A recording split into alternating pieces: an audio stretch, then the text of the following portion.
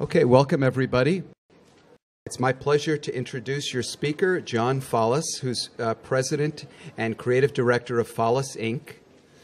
John founded Follis, Inc. in 1993 after his previous Madison Avenue agency, Follis, DeVito, Verdi, became the second most awarded agency in New York. Follis campaigns have been covered in the New York Times, Wall Street Journal, USA Today, Time, Forbes, the Harvard Business Review, and the Prentice Hall college text, Principles of Marketing. As a thought leader on the evolving marketing landscape, John is a featured contributor to 3 blogs, Adweek's and AOL's Fuel the Future, Small Business Trends, and his own Follis Marketing Report. He's also hosted his syndicated podcast, The Marketing Show, since early '06. As a requested speaker, he's addressed the World Business Academy, Chicago's Social Media Conference, and the Yale Entrepreneur Institute. And in 2005, he coined the term G-cred for Google credibility. Since 2004, John's marketing therapy program has helped businesses in all industries solve their marketing issues faster, smarter, and more cost efficiently. John's full profile can be found on Wikipedia. John's talk today is Marketing 3.0, using the best tactics to attract and excite prospects. So join me in welcoming John.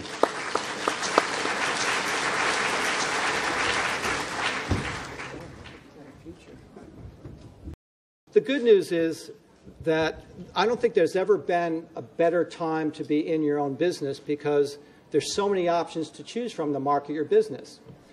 The bad news is that there's so many options to market your business. I think it's very, very confusing.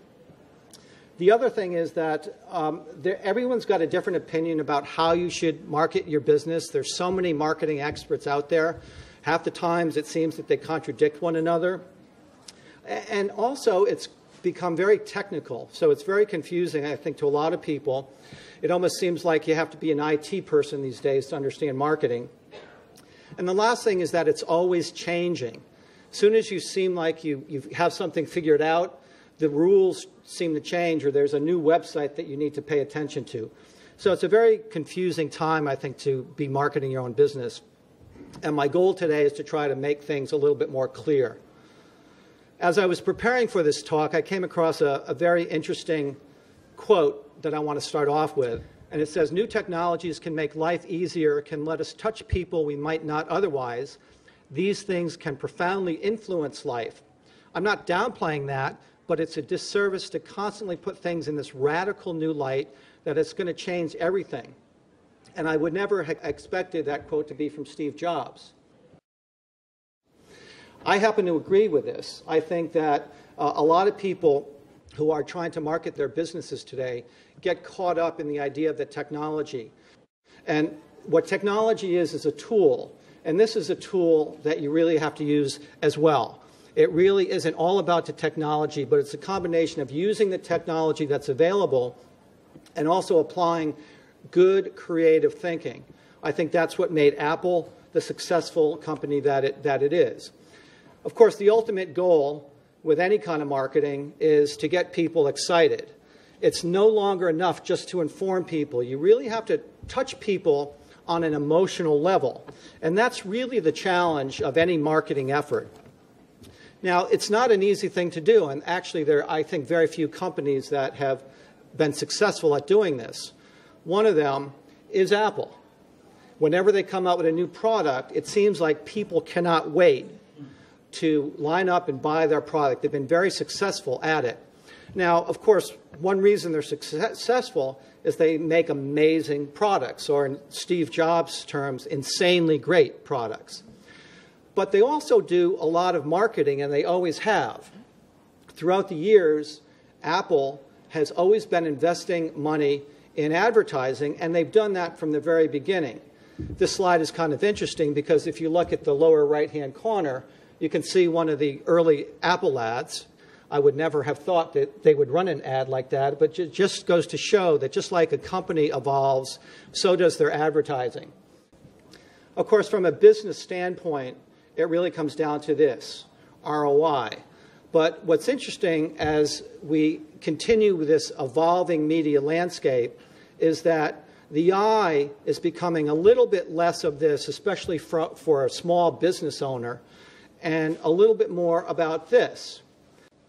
Now, what's interesting about this is that that doesn't necessarily mean just because you don't have to spend a lot of money on traditional advertising as much as you used to, that you as a business owner should be investing all of your time into marketing your business. Because if you spend all of your time marketing your business, you're probably not focusing on what you do best. And as I mentioned earlier, Steve Jobs realized this very early on. When he was working out of his garage, one of the first people he hired was a marketing guy to help get the message out about his products. I said there are a lot of things with the changing landscape that we're going to be focusing on today. I tried to break it down to 5 main categories, which I think are the most important areas to focus on when we're talking about marketing 3.0. And when we're talking about social media, of course, I think the most important place to be for a small business owner is Facebook. We're going to be talking about a couple of other social media platforms, but of all of them, I think Facebook is probably the most important. What I'm going to do today is talk about and demonstrate some case studies that various companies have done with their Facebook presence. Here's an example of a good Facebook presence that Starbucks has. And the good thing about having a presence on Facebook is that it's an ecosystem that allows for better engagement, because people within Facebook have a lot of friends, and if they happen to like something on your Facebook page and they like it, they're going to be letting all their friends know that they like it. I think the average amount of friends right now for a typical Facebook user is something like 200. But of course, if all of their 200 friends have 200 friends, every time you like something, it's going to grow exponentially. And that's why it's important, I think, to develop your Facebook presence. Now, you can't just set up a page without doing anything with it. Here's an example of what Starbucks does. And if you can see there, they offer a coupon that allows friends of or people who like their page to share a $5, $10, whatever the person decides as a credit to buy Starbucks. And it's a great way, I think, for Starbucks to use the Facebook platform and get the word out about their product. What's important is not just how many likes you have. In this case, 29 million likes that Starbucks has, but also how many people are actually talking about your product. In this case, Starbucks has 174,000 people talking about their product. And ultimately, that's what you want to try to get with your Facebook presence, is to get people interacting with your presence there. Here's another example, Home Depot. And what they're doing as far as to try to get engagement and showcase their products is they're using a lot of videos. I think this is a great idea because there's so many aspects of home care and redesign that lend themselves very well to a how-to instructional type video. This has been very successful for Home Depot.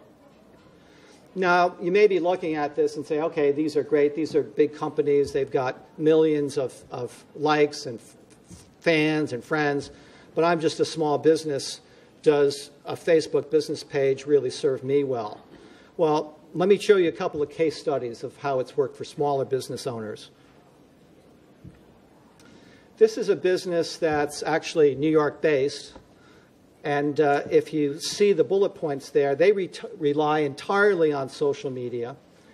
But what they do is kind of interesting. They post a daily password that allows people to redeem for free cupcakes. And their advice is also something that I think is important to make note of. They say, make it relevant to the customer, keep it fresh, and remember that the return on investment may come slowly. People are not going to flock to your social media site overnight. Technology is about the network effect.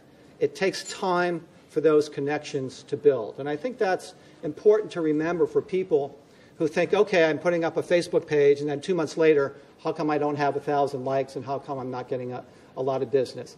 It's not so much about having a page, it's what you do with that page once you put it up. And here's an example of what they do. I think it's a great idea. Here's what their page actually looks like. And you could see right above the visual on the left, there's a promo code that they can use to get their, in this case, third dozen free. Here's what their analytics look like. They've got over 5,000 likes, and they've got 174 people talking about it. For a small business, that's not bad to have 174 people talking about your business. And what's good about Facebook is you could, as you can see with the graph there, you could also check. So from week to week, you can tell how your analytics are doing. That's a great aspect of Facebook. Here's another amazing example. This guy is a wedding photographer from Minneapolis. His target is engaged women ages 22 to 28, and he claims that he only spends about $300 or has only spent about $300 on Facebook ads in the past 2 years and has generated more than $60,000 in business. I mean, that is incredible. So it just goes to show that you can get business with social media if you do it right. And in this case, he's really smart about targeting his target audience, and he could do that through Facebook. Now, there's a whole psychology, and this is not going to be a presentation on Facebook, but one thing you can do within Facebook is to go into various groups. So you can start working within various groups in Facebook, and you could also do what he did, which is create ads targeting people in these certain groups. This is what my Facebook business page looks like. And you see, underneath the title on the bottom, there are 4 different tabs: photos, videos, learn more, events. I think you can post up to 8 or 10. It's really up to you. You can customize those. I have some photos. Photos is by default, and then the other tabs can be customized. I think video is very important, so I have a bunch of videos on there if you click on that second link. I also think it's important to have more information, so that's what that Learn More tab is, and that, again, goes to more video. I think video is a great way to tell a story. And the last one is events. I happen to be doing a lot of speaking the next couple of months, so I want to make sure that people know how they can access my speaking engagements if they're able to. This is my personal page on Facebook. Since it's called Facebook, I figured I'd do the many faces of John Follis on there. And the way you get into a business page, if you don't already know, is you can have a direct link, of course, to your business page, but many people will come to a person's business page because they're friends with that person in Facebook, and they may want to check out their business. So, of course, it's the first link right above my portrait shot on the left, the lower left, where it says owner and founder of Follis Marketing Therapy. And through that link is where you can get into your business page from your personal page on Facebook. Now, it amazes me how many people, when I click on that link on their personal page, end up having a business page that looks like this.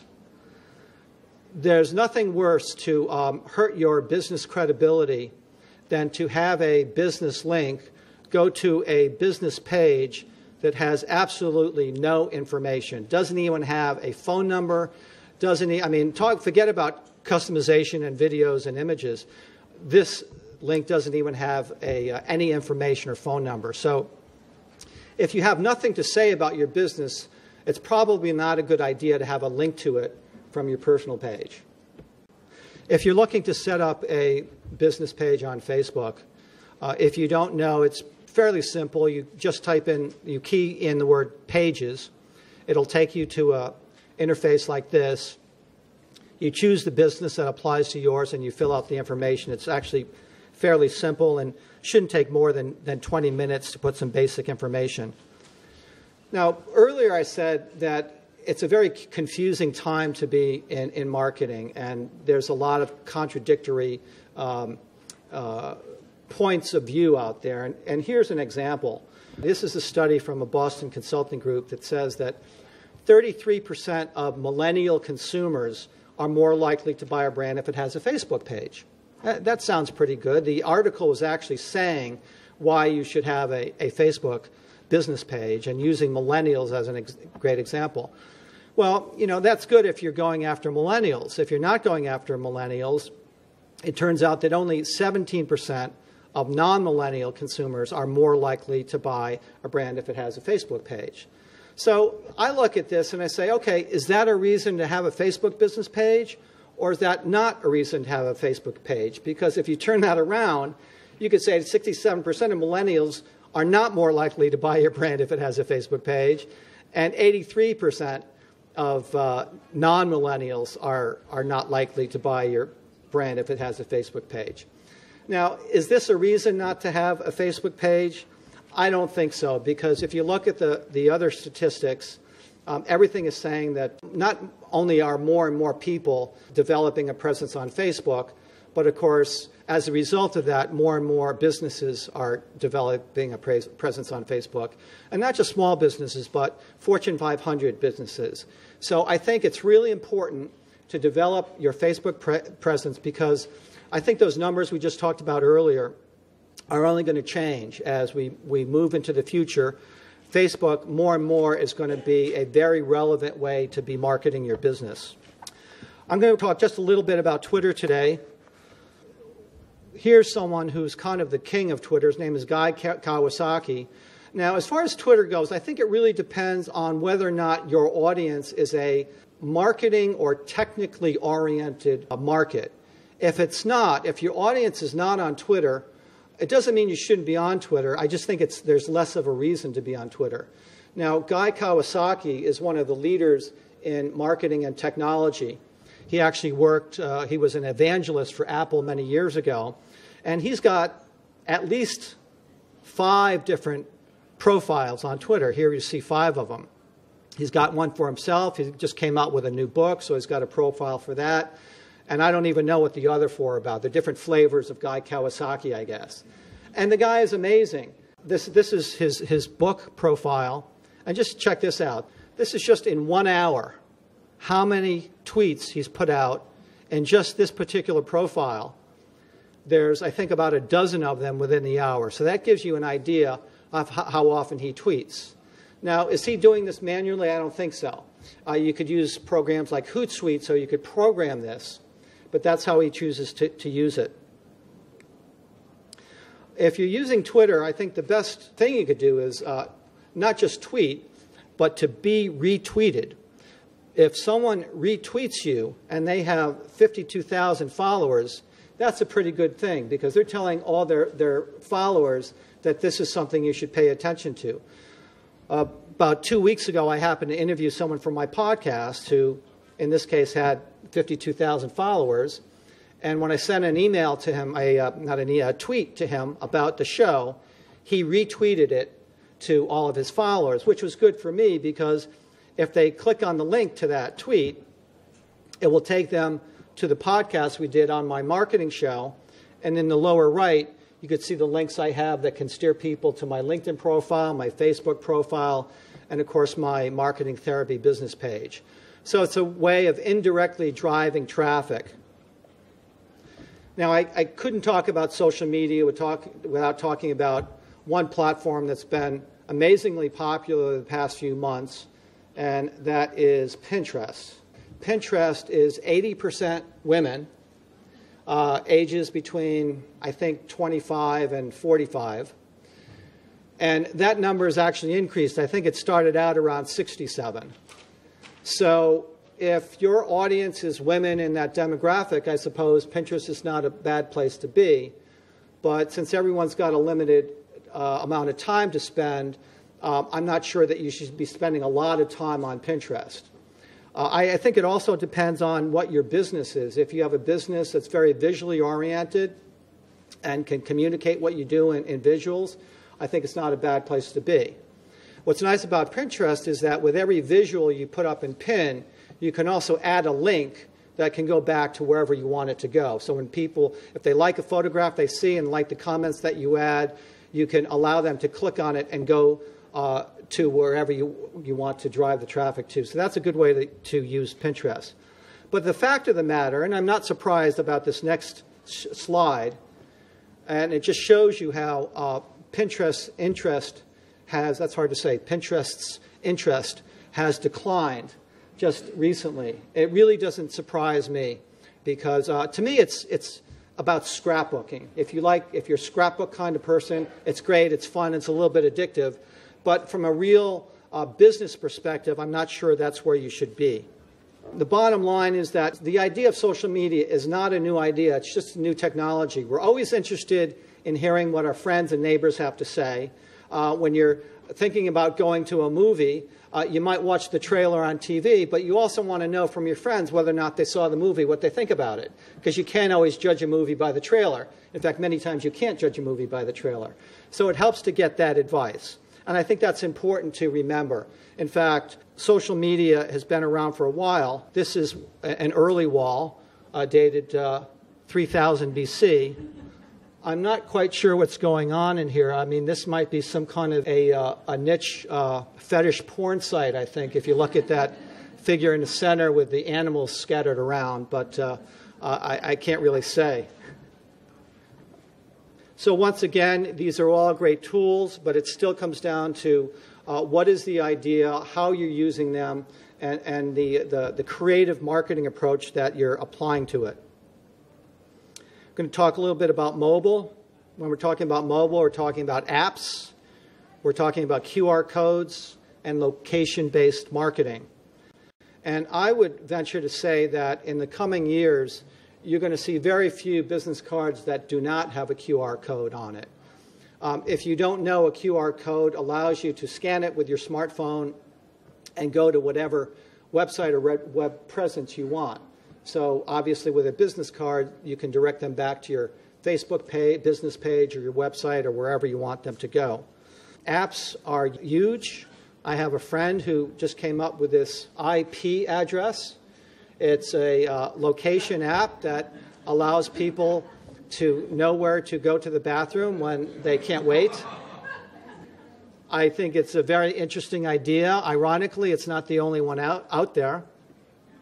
Because it's an iPhone app, Twitter is a great platform to get the word out about it. These are tweets that he has tweeted about, and if you are able to see them all, it's him talking about how great his new app is. Ideally, you would hope that some people would check out the app and they would start tweeting about it also, or maybe retweet some of his own. Moving along, I want to talk about video. This is an interesting quote I came across recently. Cisco reported that video currently represents 1/4 of the web's traffic, which in itself is pretty incredible. But they say it could be as high as 90% in only 3 years' time. I mean, that's amazing. We talked about it earlier, how Home Depot is using video. This is a small business owner. She's a personal trainer. Another great example of a small business owners using video. Now, obviously, some businesses are going to be more designed to use video than others, depending on what their product or service is. And even if you have a service business, you can just make it more personal by adding video. But it's just another way to make your business a little bit more human, which I think fits in very well with the whole idea of where marketing is going right now, to become more personal. Every business needs to do that. This is a guy I interviewed for my podcast a couple weeks ago. His name is John Lawson.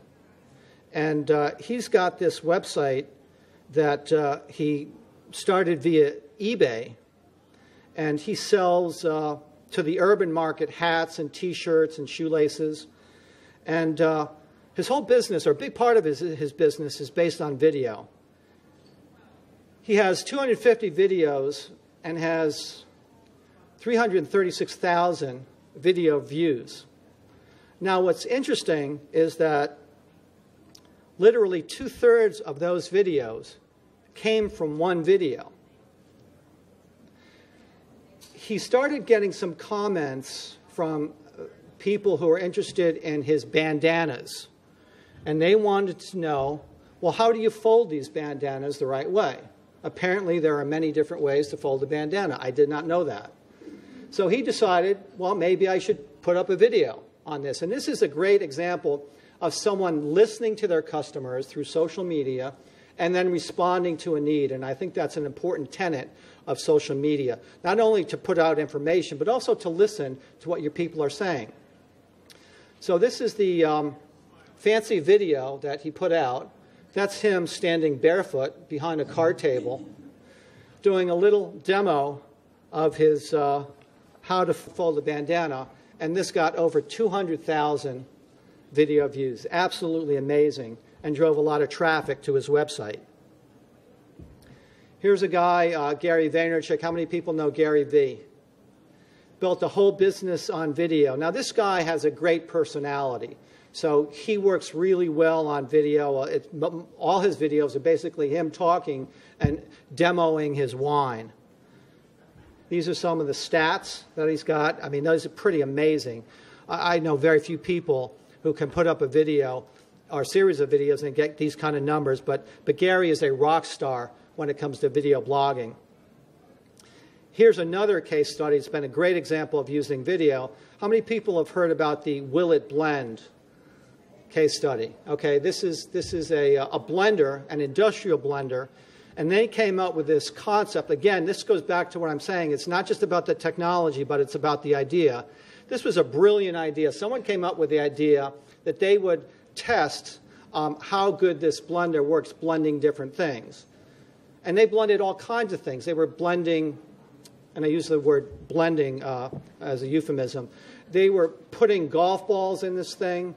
They were putting marshmallows. They were putting Barbie dolls in this thing. I mean, you name it. I think they were asking people, what do you want to see blended? And that's, again, another way to get traffic. And talk about, this was one of the most successful viral media campaigns online. And it's not because you can put up a video. It's because you can put up a video and have a great concept behind it. And these are the numbers behind that. 5 times sales increase. I think that's in a 6 or 7 year period. That's incredible. Now, if you don't feel like you're good in front of video and you still want to put up some content, you can use something called SlideShare, which is basically a way to put up your PowerPoint presentations. So let's move on to content marketing. Now, when you're talking about content marketing, you're basically talking about anything, information, communication that you could put up online that can help tell your story.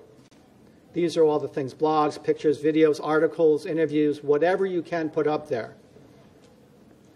Basically, when it comes to the internet and marketing shelf, you've got 2 choices. You can just allow your brand to be reflected by what other people put up about you. Some of it's good, some of it may not be so good, or the stuff you put up.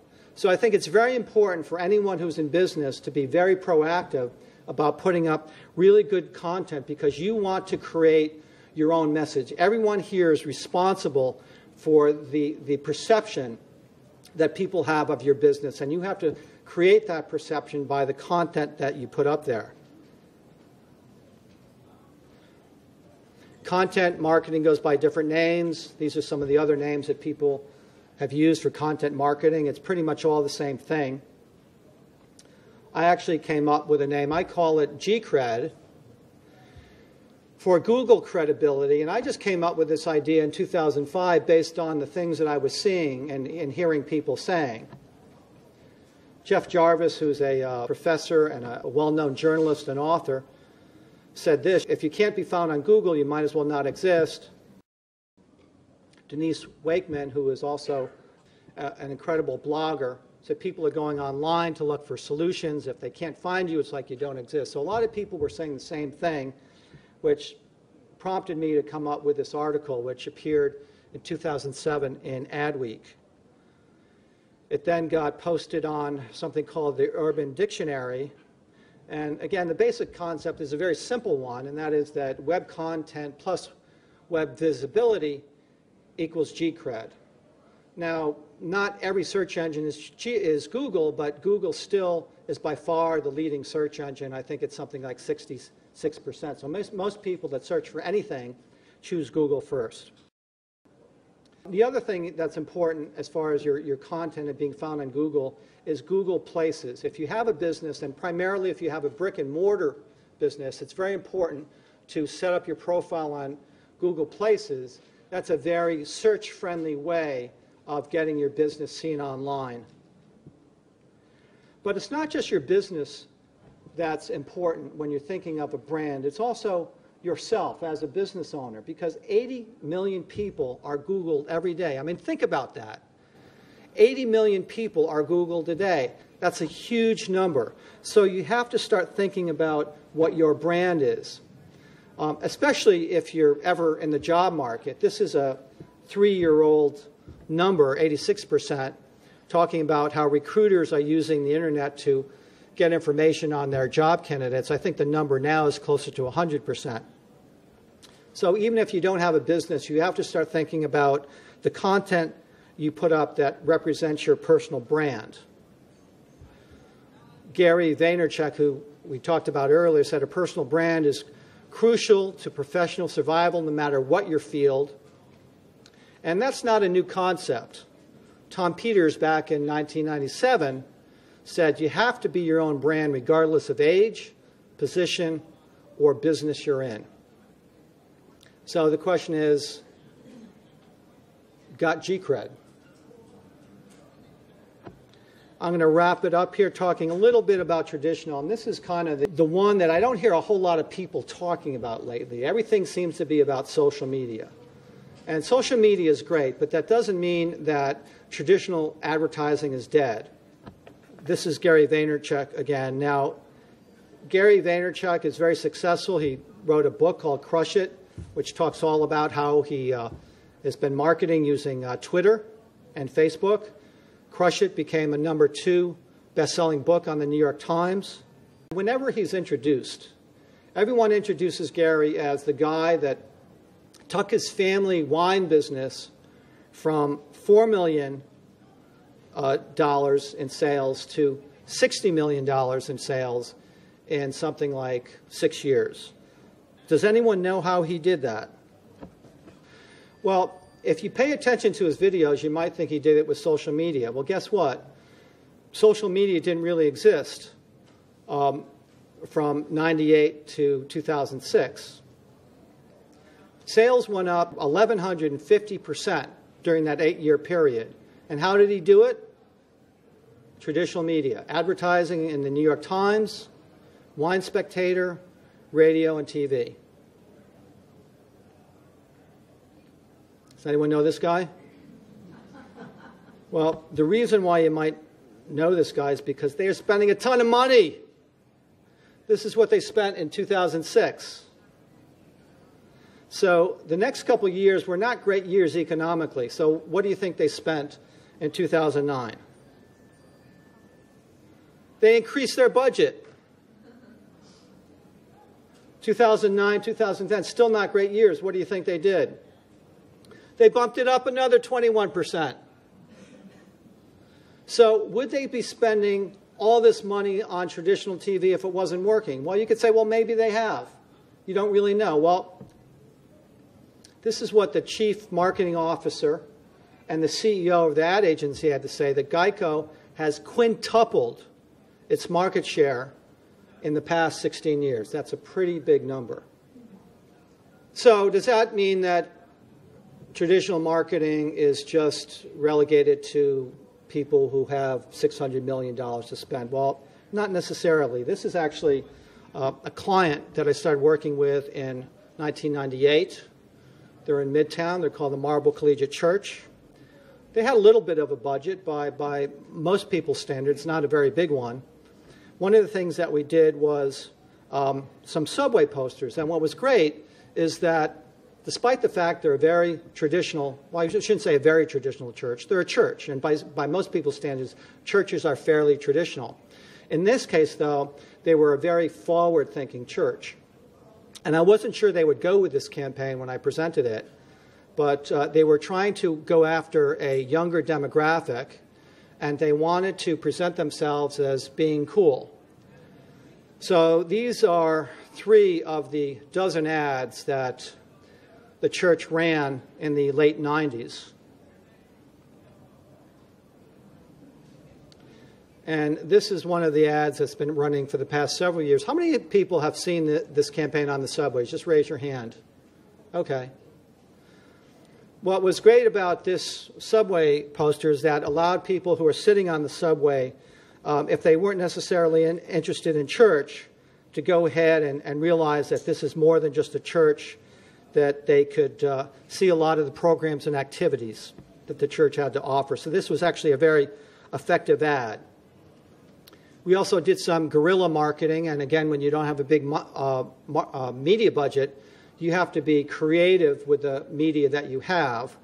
So we did some mobile billboards. We did an airplane banner. That thing on top is an airplane banner that was flying over the Hamptons during Labor Day that said, "Make a friend in a very high place," and then it was followed by the church web address. That's one of the things that enabled the church to get, and the campaign to get some great press in the New York Times. We were also able to figure out how to put all that information on that poster in a postcard down at the bottom. And I still have this client today. We're going to be talking about a new ad for the fall. This will be going on, I think, the 14th year. So if they're still working with me after 14 years, I guess it's working well for them. In fact, here are some of the results that were reported after the first couple of years. That membership was up over 30%. Web traffic was up a bunch. We got some terrific press. And the campaign was actually written up in a Prentice Hall marketing book on the topic of effective marketing on a limited budget. They did a follow-up study in 2004 that reported that more people were driven to the church from the ad campaign than from the church cable TV and radio media combined. So I was very pleased to hear this. And I think it's important whenever you run any kind of a media to try to periodically test it and find out how effective it is. You can still be a small business and be able to build your brand. This is one other case I'm going to go through very quickly, and then we'll open it up for questions. This is a small Montessori school based in upstate Connecticut. And they came to me and they said that we have to improve our brand. So one way you can build a brand is by coming up with a tagline. So the initial assignment was to come up with a tagline that kind of differentiated the Cobb School from not only the other Montessori schools up there, but even the other private schools. There are a lot of private schools in northwestern Connecticut. And they were looking for some way to differentiate themselves. So as you see, I came up with a ton here for a head start on life, the better way to learn, because your kid deserves the best. I mean, I really tried to cover all the areas that they could possibly think of and let them decide. I usually don't come up with this many, but I wanted to make sure that they left feeling that they really got a tagline that they were happy with. And almost as an afterthought, I came up with one that I called it my attitude line, and that was the one on the lower right that says, "Yeah, it's worth it." And I came up with that because one of the issues with Montessori schools was there were a lot of parents who were very well educated, knew that the Montessori school, that Montessori's method was a good method of teaching. They just weren't sure that it was worth the money they had to pay for it. So this is why I thought this more attitudinal line might tap in on an emotional level. And this is what I was going back to saying with your marketing. It's really got to tap into an emotional chord with the audience. You can't just inform them. So guess which one they chose? And in this case, it wasn't just a tagline that they could put with their logo, but it became the basis for their entire marketing campaign. We actually found out that one of the questions I asked them was if it's really worth it, their prospects aren't necessarily going to believe them if the reasons that it's worth it are coming from them. So I asked them if they had any parents or students from the school that were willing to do testimonials, and not just written testimonials, but would be willing to go on camera. Because once you're giving an on-camera testimonial, you have a very strong emotional connection from that person. And they were able to come up with a total of 34 parents and some students who did these amazing testimonials. And from those testimonials, we edited them down from anywhere from 30 or 40 seconds to a couple of minutes, and of course tagged it at the end with the Cobb School, yeah, it's worth it. It's very, very effective. So again, there are a lot of things to think about. It's a very exciting time. It's a very confusing time. And I just want to remind you that as business owners, you can't do everything. Even Steve Jobs got outside marketing help when he was still working out of his garage. So it's never too early to start getting some marketing help. And I want to end with one more quote from Steve Jobs, which is a terrific one. Innovation is not about money. It's about the people you have, how you're led, and how much you get it. And I think the same can be said for marketing. It's not only about the money. It's also about the people you have doing it, how you're led, and how much you get it. So I hope today's talk helped you get it a little bit better.